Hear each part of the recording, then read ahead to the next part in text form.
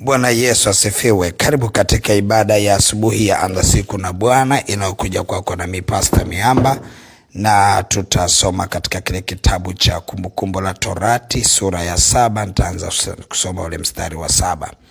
Maandiko yanasema Bwana hakuwapenda ninyi wala hakuwachagua ninyi kwa sababu mlikuwa wengi kuliko mataifa yote, maana mlikuwa wachache kuliko watu wote, bali kwa sababu Bwana anawapenda na kwa sababu alitaka kuutimiza uapo wake alioapia baba zenu, ndio kwa sababu Bwana akawatoa kwa mkono wa nguvu, akawakomboa katika nyumba ya utumwa, katika mkono wa Farao mfalme wa Misri.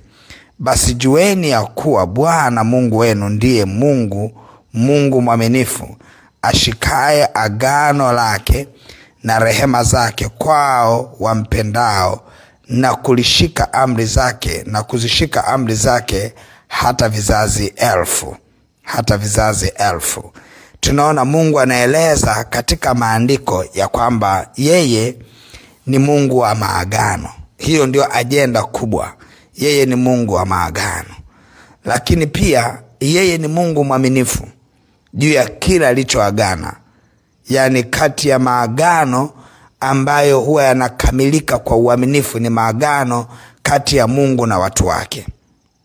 Agano ni nini? Makubaliano.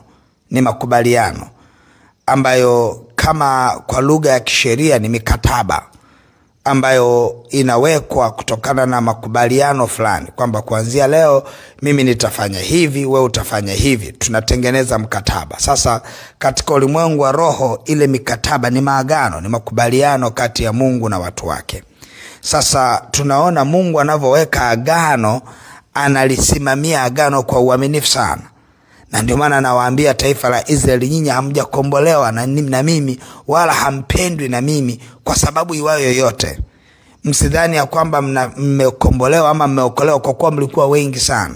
Si kweli, mlikuwa wachache. Lakini agano, uapo wa baba zenu Ibrahimu, Isaka na Yakobo ndio unaonifanya niyafanye mambo yote haya. Yani Mungu anapolishika agano lake, anapolitimiza agano lake, haoni shida kuwafukuza watu 1000 kwa ajili ya agano la mtu mmoja. Haoni shida kuwaua watu 1000 kwa ajili ya agano la mtu mmoja. Wewe angalia katika safari ya wana wa Israeli, njiani walikufa watu wengi sana. Mataifa mengi yalikufa, yalivamiwa.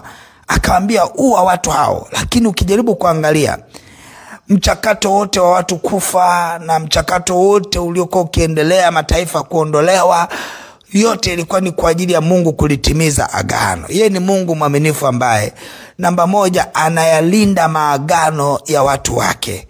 Kama Mungu ameagana na wewe ya kwamba atakubariki, uwe una uhakika ya kwamba atabariki kupitia njia yoyote, hata ikiwa ni watu kwa 10,000 watakaoweza kuangamia, imradi mtu mmoja barikiwa ambaye anaagano naye. Unaweza kukuta watoto wetu sisi, watoto wetu kama watakuwa ni watoto wa agano, hawa watoto watasimama kwa ushindi usio kawaida, kwa sababu Mungu huyaangalia maagano. Sasa ni vyema sana kutembea katika agano. Ni vyema kufanya maagano na Mungu. Fanya agano na Mungu juu ya afya yako. Fanya agano na Mungu juu ya uchumba wako. Fanya agano na Mungu juu ya ndoa yako. Ni vyema sana kutembea na maagano, kwa sababu Mungu hujidhihirisha kwa uaminifu kwenye maagano yake, kwenye makubaliano yake. Anawaambia taifa la Israeli, yani ninyi kama mimi na nyinyi ndio tungekuwa tunatembea hii safari, hatuna agano lolote na baba zenu, basi ningekuwa nimewaangamiza wote. Kwa sababu taifa la Israeli lilikuwa likiharibu mara kwa mara. Lakini Mungu akiangalia maagano aliyofanya na baba zake, anaona hapana, hili taifa wacha nilifikishe likaone maziwa na asali yakimiminika, sawa sawa na nilivyoongea na kumwapia Ibrahim baba yao. Kwa unakuta hawakufikishwa kule kwenye maziwa na asali kwa kuwa walikuwa wema sana, wala hawakufikishwa kule kwa sababu walikuwa wengi mno, bali Mungu alifanya kwa ajili ya kutimiza uapo wake, kutimiza agano lake.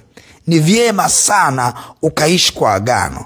Ni vyema sana ukatengeneza agano la kwako, la watoto wako na vizazi vyako. Mara nyingi sana agano watu wanakuwa wanasema sasa mimi nataka kufanya agano, nitafanyaje? Mara nyingi sana ukiangalia Mungu alivyofanya agano na Ibrahimu, alimwambia Ibrahimu, nataka kuongea na wewe lugha ya kiagano. Akasema sawa. Akasema sasa kwa kuwa uko tayari, nenda kachinje. Akampa sadaka, aina ya sadaka ambazo anatakiwa azifanye. Akamwambia katengeneze sadaka hiyo, halafu mimi nitakuja kuweka agano na wewe. Basi Ibrahimu akaondoka. Ukisoma ile kitabu cha Mwanzo sura ya 15, Ibrahimu akaondoka, akaenda akawachinja wale wanyama, akawaweka sadaka kwenye tanuru pale na kwenye ile madhabahu. Sadaka ilipochukuliwa tu, Mungu akaanza kusema, akasema mimi ninaweka agano na wewe na uzao baada yako, ya kwamba wewe ujapokufa, watoto wako watakuja mahali hapa, wataenda kwenye utumwa miaka 400, lakini agano langu mimi na wewe litaenda kuwafuata na kuwarejesha hapa mahali ambapo mimi nimekupa. Kwa hiyo Mungu akaeleza mambo mengi ambayo ni agano ambalo alianza kulitimiza. Akawachukua Israeli kutoka kwenye nchi ya utumwa, akawaleta miaka 400 ilipofika, akawaleta kwenda kulitimiza kusudi. Sasa uaminifu wa Mungu humo njiani, ilibidi awaambie tu kwamba naomba niwe mkweli kwamba uaminifu wangu kwenu nyinyi Israeli kama taifa inategemeana na mkataba wa kimakubaliano, agano nililoliweka kati ya mimi na baba zenu. Kwa hiyo mkiona nimefanya vizuri ni kwa ajili ya baba zenu Ibrahimu, Isaka na Yakobo. Mkiona nimewalinda sijawaangamiza ni kwa ajili ya baba zenu Ibrahimu, Isaka na Yakobo. Mkiona mna afya njema, mjue ni kwa sababu ya agano la baba yenu Ibrahimu, Isaka na Yakobo. Mkiona mmefanikiwa sana mahali mnapoenda, angalieni ni agano la baba zenu Ibrahimu, Isaka na Yakobo. Kwa Mungu anajaribu kueleza ya kwamba yeye ni mwaminifu sana kuyalinda maagano. Sasa Mungu anafanya agano na nani? Anafanya agano na mtu yeyote ambaye yupo tayari kufanya agano. Anafanya agano kwa mazingira gani? Kwa mazingira ambayo wewe utayataka. Utamwambia Mungu, naweka agano na wewe ya kwamba ninaomba watoto wangu hawatakufa kwa magonjwa ya Wamisri, ama hawatakufa kwa magonjwa ninayoyajua, hawatakufa kwa magonjwa ya wao yote ya mlipuko yatakao kuja ama ya kuambukiza ya miaka inayokuja. Unaweka sadaka yako, unamwambia Mungu, utakapoiangalia sadaka hii, hebu likumbuke agano, yakumbuke makubaliano. Kwa unakuta Mungu anashikilia lile agano kupitia sadaka unayoachilia ya agano. Unaambia Mungu, kupitia sadaka hii ya agano, ninaomba tukubaliane juu ya ndoa yangu ya kwamba mke wangu hata nidanganya au mume wangu hata nidanganya. Ajapotaka kudanganya, agano lako likasimame, agano lako likapige kelele. Kwa kupitia hivyo unajikuta sasa kila mume wako atakachotaka kufanya, lile agano linapiga kelele. Unamaanisha hakutakuwa na kitu kinyume na agano. Mungu ni mwaminifu kialinda maagano anayowekana na watu wake. Hebu jitahidi, tengeneza agano juu ya kwako na mali zako. Tengeneza agano juu ya mahusiano yako. Tengeneza agano juu ya ndoa yako kama umeshafunga ndoa yako. Tengeneza agano la amani. Akasema agano ninaloweka nanyi ni agano la amani. Je, unatengeneza agano lipi? Tengeneza agano la amani. Tengeneza agano la biashara yako kutokufa. Tengeneza agano la kutokufirishika. Tengeneza agano la kutokurudi nyuma kiroho ama kiuchumi. Tengeneza agano la kuwa na afya njema pasipokuwa na stress yoyote, msongo wa mawazo. Tengeneza agano vile utakapojisikia wewe. Tengeneza agano na Mungu wako. Mungu ni mwaminifu sana. Anayapenda maagano, anayalinda maagano, anayasimamia maagano. Kwa hiyo ni vyema sana ukaelewa ya kwamba uaminifu wa Bwana uko kwenye maagano yake, kwenye kukubaliana naye. Mimi nakumbuka nilishawahi pitia changamoto moja. Nilikuwa na umwa sana malaria kipindi hicho, huwa nashuhudia sana. Nikatengeneza agano na Mungu, ambia Mungu, mimi sihitaji kuumwa magonjwa haya, sihitaji. Nikaweka na sadaka yangu ya agano. Toka siku hiyo sikuwahi umwa malaria. Toka siku hiyo, ni miaka imepita, ni miaka mingi sana. Unakuta ni agano. Na wanawaambia, siku moja niliwaambia, Mungu aliponipa gari nikiwa katika umri mdogo, nikawa na hofu kwamba naweza nikawa nakosa mafuta. Nikaweka agano, nikamwambia Mungu, nisikose mafuta kwenye gari langu kwa namna yoyote. Niliona ni aibu kubwa kwamba niwe na gari nimelipaki kwa sababu halina mafuta. Nikaweka agano. Nilipoweka agano, nilipitia vipindi vingi sana vya economic depression, hali ya kushindwa kuwa na uchumi mzuri, lakini sikuwahi kosa mafuta kwenye gari. Kuna nyakati nakumbuka hadi mtu mmoja, nipo katika hali ngumu, hata hela ya kula ilikuwa inanipa shida, halafu mtu ananiita na ananiambia, amenisimamia sheri kabisa, anambia nimesikia ndani yangu nikuwekee mafuta, weka hapo mafuta. Yani aliweka mafuta full tank ile gari. Nikajiuliza, hivi huyu mtu angegeuka tu mita 100 niambie weka mafuta, kwa hali ninayopitia ningesema hapana, nibakize na hela ya chakula. Lakini kwa nini alisimamia hivyo? Mungu akawa ananikumbusha kwamba nina agano na wewe. Nijapokupitisha katika uchumi mbaya, lakini agano langu halitaharibika kwa namna yoyote. Kwa nikaona jinsi ambavyo Mungu anathibitisha. Lakini hata hizi ibada za kujiweka wakfu kwa Bwana ni maagano ya wiki, ni makubaliano ya wiki ya kwamba Mungu, sisi tunajiweka wakfu kwako. Nilikuwa nimetoa ushuhuda, nimeutuma ushuhuda mmoja. Kuna mtoto wangu mmoja ni kiongozi wetu pia wa kanisa. Alipata shida juzi, alipata ajali ya bajaji. Halafu bajaji ilipoanguka, wote wale ambao walikuwa penye ile bajaji wamekufa hapo hapo. Alafu yeye alirushwa nje, hajachubuka hata kidogo. Wengine wamefia pale pale. Wanakijiji wakaanza tena kutaka kumrushia mawe, kusema yeye ni mchawi. Inakuaje wenzako kwenye bajaji wewe wafe wote, wewe ubaki peke yako na urushwe nje na hauna hata mchubuko mmoja. Wakataka kumgeukia kwanza kumvamia kana kwamba ni mchawi. Sasa akawa anajitetea. Sasa angalia vile ambavyo Mungu anatengeneza agano ya kwamba hakutakuwa na ajali kwako. Ni agano, ni makubaliano. Kwa hiyo unaona, tunapoweka maagano, Mungu ataheshimu maagano. Watoto wetu leo wapo katika hali ya sisi tupo, kesho na kesho kutwa sisi hatupo. Watoto wetu wataendelea kuwepo, uzao wetu utaendelea kuwepo. Una maagano gani? Lile taifa la Israeli wakati linabebwa, wale watu wote wale waliokuwa wanaenda kupelekwa kwenye nchi ya ahadi, hawajui hata sura ya Ibrahimu ikoje, lakini agano linapiga kelele. Agano linapiga kelele. Kwa unakuta hakuna kitu chenye nguvu kama maagano.